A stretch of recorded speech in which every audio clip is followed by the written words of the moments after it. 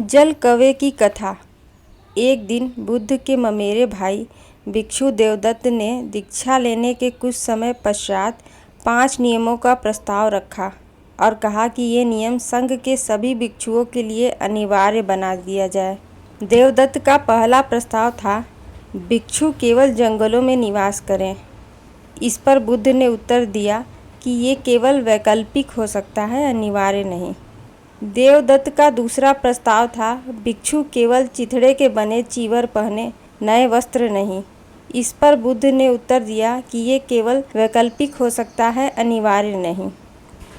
देवदत्त का तीसरा प्रस्ताव था, भिक्षु केवल भिक्षा पर जीवित रहे, किसी के घर पर निमंत्रण स्वीकार न करें। इस पर बुद्ध ने उत्तर दिया कि ये केवल वैकल्पिक हो सकता है, अनिवार्य नहीं। देवदत्त का चौथा प्रस्ताव था, भिक्षु केवल वृक्षों के नीचे ही शयन करे, कुटिया या विहार में नहीं। इस पर बुद्ध ने उत्तर दिया कि इसकी अनुमति है, पर यह अनिवार्य नहीं हो सकता। देवदत्त का पांचवा प्रस्ताव था, भिक्षु मछली और मांस का पूर्णतः त्याग करे। इस पर बुद्ध ने कहा कि मांसाहार की अनुमति है, बशर्ते कि वह मांस बिना किसी जानवर को मारे प्राप्त किया गया हो, अर्थात पहले से ही मृत पशु से प्राप्त किया गया हो। बुद्ध ने 5 नियमों को अनिवार्य रूप से स्वीकार नहीं किया और कहा, धम्म के मार्ग में न तो अति संयम है, न अति भोग, यह मध्यम मार्ग है। देवदत्त को यह उत्तर स्वीकार नहीं हुआ। उसने बुद्ध पर आरोप लगाया कि वे बहुत नरम हो गए हैं और अब संघ में अनुशासन नहीं रहा। स्वयं को श्रेष्ठ गुरु मानते हुए देवदत्त ने संघ को विभाजित कर दिया और अपना अलग भिक्षु संघ बना लिया। इसके कुछ समय पश्चात संघ के कुछ भिक्षु देवदत्त से मिलने गए। जब वे लौटे तो भगवान बुद्ध ने अपने प्रमुख शिष्य से पूछा, सारिपुत्र, बताओ देवदत्त ने तुम लोगों का स्वागत कैसे किया? सारिपुत्र ने उत्तर दिया, भगवान, उसने आपकी नकल की। वह ठीक आपकी तरह उपदेश दे रहा था और आपके जैसे ही चलने की कोशिश कर रहा था। उसने स्वयं को ऐसे प्रस्तुत किया मानो वे स्वयं तथागत हो। तब बुद्ध ने शांत स्वर में कहा, यह कोई पहली बार नहीं है जब देवदत्त ने मेरी नकल की हो और दुख को प्राप्त हुआ हो। वह पूर्व जन्मों में भी ऐसा कर चुका है। और फिर बुद्ध ने उन्हें एक कथा सुनाई। एक बार एक जीवन जो कालांतर में बुद्ध बनने वाला था, उसने एक जल कौवे के रूप में जन्म लिया। उस कौवे का नाम था वीरक। वीरक एक शांत हरे भरे दलदल के पास रहता था, जहाँ एक साफ पानी का पोखर था। उसी पोखर में जाकर वह छोटी छोटी मछलियाँ पकड़कर खाता था और फिर किनारे की ऊंची चट्टानों पर बैठकर आराम से अपने पंख सुखाता था।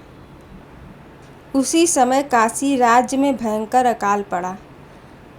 लोग स्वयं भूखे थे और उन्होंने बचे खुचे अन्न को भी फेंकना बंद कर दिया। पहले जो कौवे शहर के घरों से फेंका हुआ खाना खाया करते थे, अब उनको वो भी भोजन मिलना बंद हो गया। भूख से परेशान होकर सभी कौवे काशी छोड़ने लगे। उन्हीं में से एक कौवा था विट्ठक, जो अपनी पत्नी के साथ काशी छोड़कर वीरक के दलदल की ओर चला गया। वहां आकर उसने उसी पोखर के पास अपना घोंसला बना लिया। विट्ठक ने देखा कि वीरक किस प्रकार पोखर में गोता लगाता है, मछलियां पकड़ता है और फिर पंख सुखाने के लिए बाहर आता है। वह सोचने लगा, अगर मैं वीरक की सेवा करूं तो शायद वह मुझे भी मछलियां देगा। इस लालच में वह वीरक के पीछे पीछे रहने लगा। तंग आकर वीरक ने एक दिन उससे पूछा, तुम चाहते क्या हो? विट्ठक ने कहा, हे वीरक, मैं आपकी सेवा करना चाहता हूँ। वीरक को दया आई। उसने कहा, ठीक है, रहो मेरे साथ। मैं जो मछलियाँ पकड़ूंगा उनमें से कुछ तुम्हें भी दे दिया करूँगा। इसके बाद वीरक खुद के लिए मछली पकड़ता और खाने के बाद बची कुची मछली विट्ठक को दे देता। विट्ठक कुछ हिस्सा खुद खाता और बाकी अपनी पत्नी के लिए ले जाता। कुछ समय बाद विठ्ठक के मन में अहंकार जाग उठा। उसने सोचा, मैं दिखने में वीरक जैसा ही हूँ, अगर वह मछलियाँ पकड़ सकता है तो मैं क्यों नहीं। उसने वीरक से कहा, हे वीरक, अब मैं स्वयं मछली पकड़ना चाहता हूँ। वीरक ने गंभीर होकर समझाया, हे विठ्ठक, हम दोनों एक प्रजाति के नहीं हैं। मैं दलदली जल का कौवा हूँ। मेरे पंखों की बनावट और मेरी आदतें अलग हैं। तुम नगर में रहने वाले साधारण कौवे हो। तुम मेरी तरह जल में गोता नहीं लगा सकते। यह काम तुम्हारे लिए खतरनाक है। तुम्हें पानी में तैरने और मछली पकड़ने का अभ्यास नहीं है। तुम कोशिश करोगे तो डूब सकते हो। लेकिन अपने अभिमान में चूर विठ्ठक ने यह सलाह नहीं मानी। घमंड में अंधा होकर वह तालाब के पानी में कूद गया। लेकिन जैसे ही उसने गहराई में जाने की कोशिश की, वह पानी के अंदर पाई जाने वाली लंबी घासों में उलझ गया। उसका सारा शरीर पानी में डूब गया और केवल चोंच का सिरा भर पानी के बाहर निकल पाया। पानी के अंदर वह सांस नहीं ले पाया और परिणाम स्वरूप उसी जगह उसकी मृत्यु हो गई।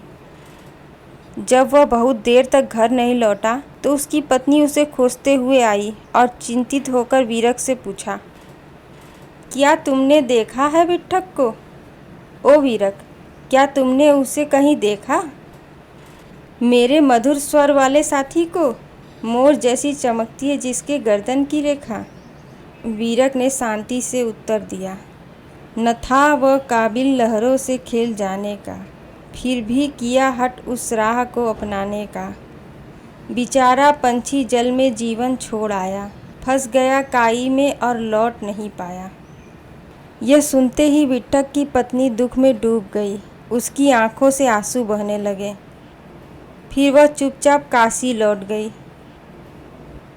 भगवान बुद्ध ने अंत में कहा, उस समय का विठ्ठक आज का देवदत्त है और मैं स्वयं वही वीरक हूँ।